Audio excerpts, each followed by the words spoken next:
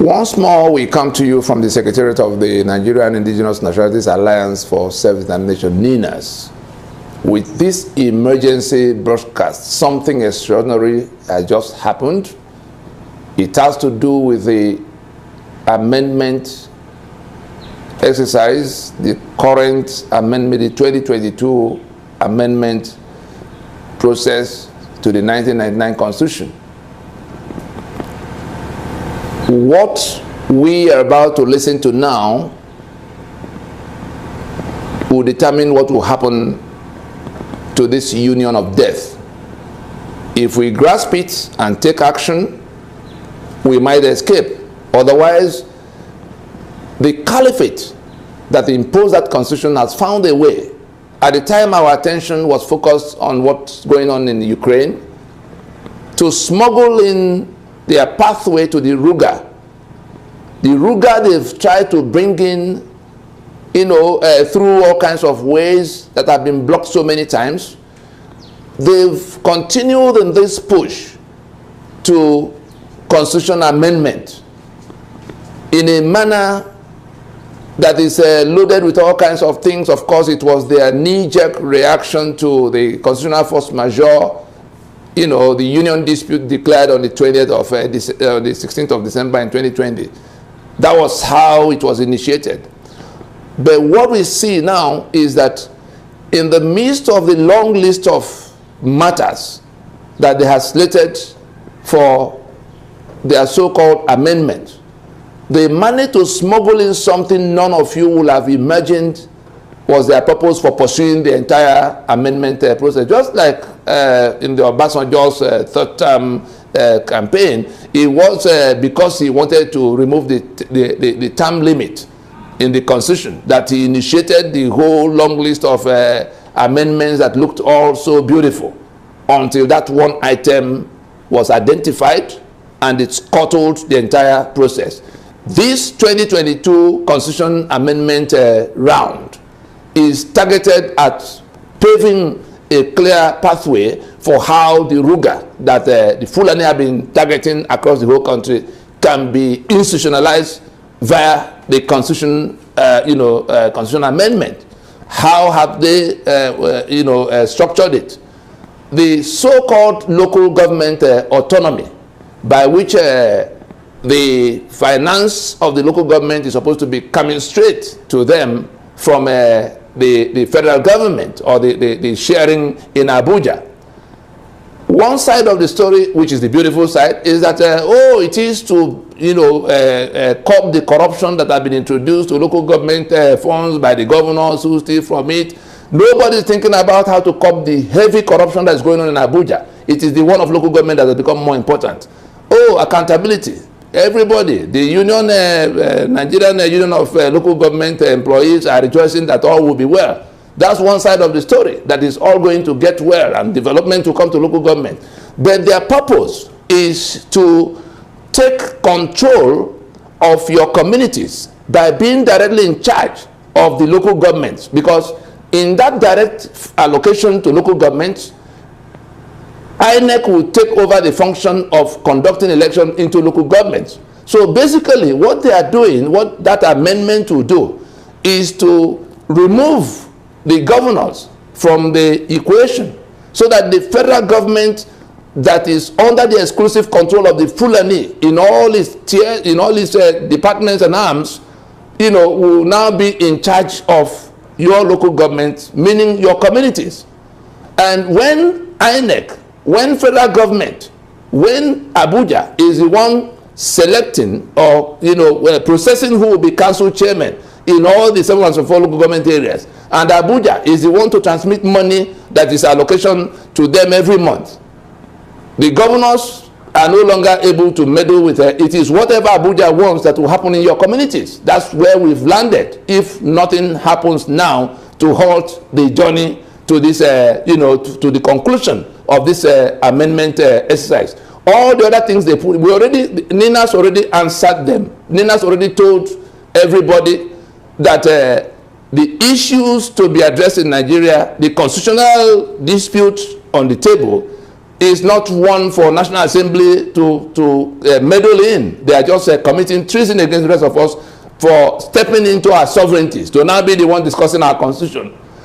Constitution making, the mandate of National Assembly is limited to law making. It doesn't extend to constitution making. Constitution making requires constituent powers that are exclusive to the constituents. It is the units that could have been countries of their own that will have to discuss on how to form a union. That is where the power to make constitution comes from. The lawyers in the land, we want everybody to confront the lawyers they know in their own areas. Anywhere you find any lawyer in Nigeria, especially the ones who go to the TV to deceive people about all kinds of things.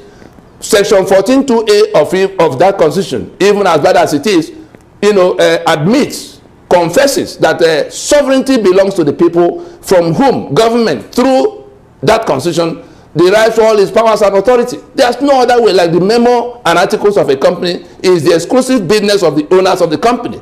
The owners of this enterprise are the Yoruba that could be a country of 60 million people, or the eastern side that could be a country of 70 million people, or the middle belt that could be a country of 40, 50 million people.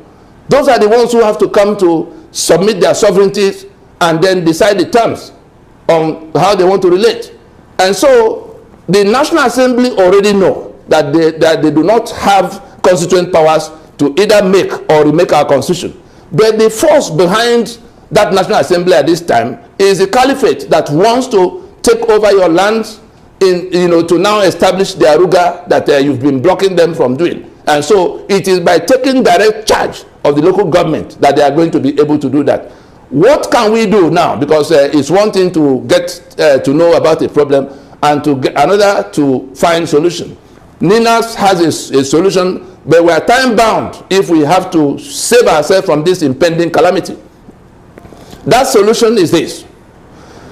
The process of amendment, as we can see in the Constitution, if we go to check, the process of amendment does not begin and end in the National Assembly. The state assemblies, 2/3 of the states, let us listen carefully. The key to our salvation right now, the key to halting the amendment process, the same way the third term was shut down in Obasanjo's presidency, we are able to shoot down this round of amendment to save ourselves from falling into an irreversible situation in which our land now belongs to these invaders. And so the solution to the problem at this time is that because the requirement for completing that amendment process involves the concurrence of no less than 2/3 of the states of Nigeria, there are 36 states. So 24 states must agree with the National Assembly whenever they finish collating what they have approved for amendment. The way to scuttle that movement to that amendment is that the state assemblies must know that it is only if they vote yes for these amendments that it will sail through. And so NINAS is challenging the state assemblies of the South and of the Middle Belt, all of the state assemblies, and is in that same regard calling in the governors of the states. They know how they do their business in their states. They know how they collaborate with their state assemblies for all the other things they've been doing. This is now an emergency.